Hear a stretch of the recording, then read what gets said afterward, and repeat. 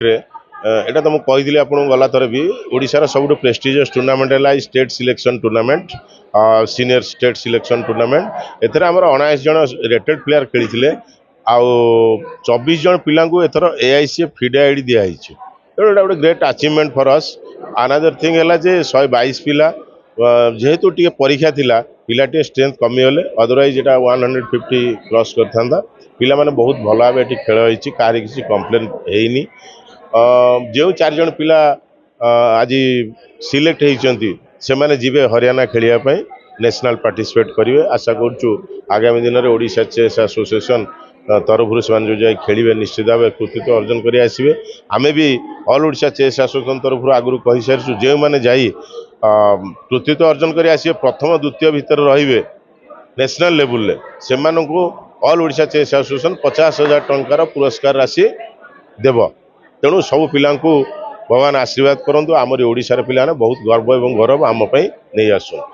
5 दिन धरी जो आमर ये राज्यस्तरीय चेस प्रतियोगिता चली आज तार उद्यापनी उत्सव आम प्राय समस्त खेल मानक माने प्रोत्साहित कलु।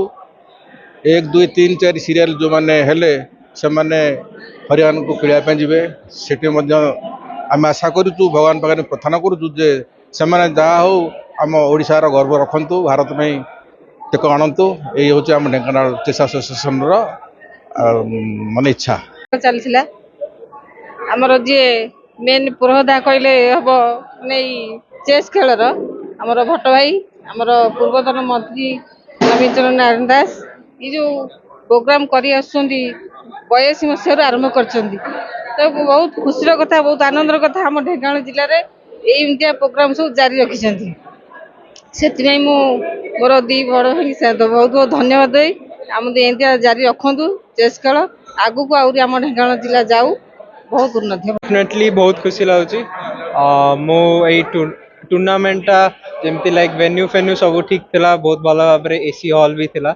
ओवरऑली बहुत भल एक्सपीरियंस गला मोर ढेंकानाल खाली टिके टिके असुविधा होता बेले बेले लाइट पड़ोला बस ये सब, बट ओवरऑली बहुत ठीक सैटिस्फाइड अच्छी मो परफॉर्मेंस रु। आउ हाँ चैंपियन ही पार था बट सेकंड भी ठीक अच्छे। आउ नेशनल जेहेतु सिलेक्ट होती सो डेफिनेटली आउ हार्ड वर्क करके नेशनल जमती कि भल रैंक सिक्योर करने चेष्टा करी।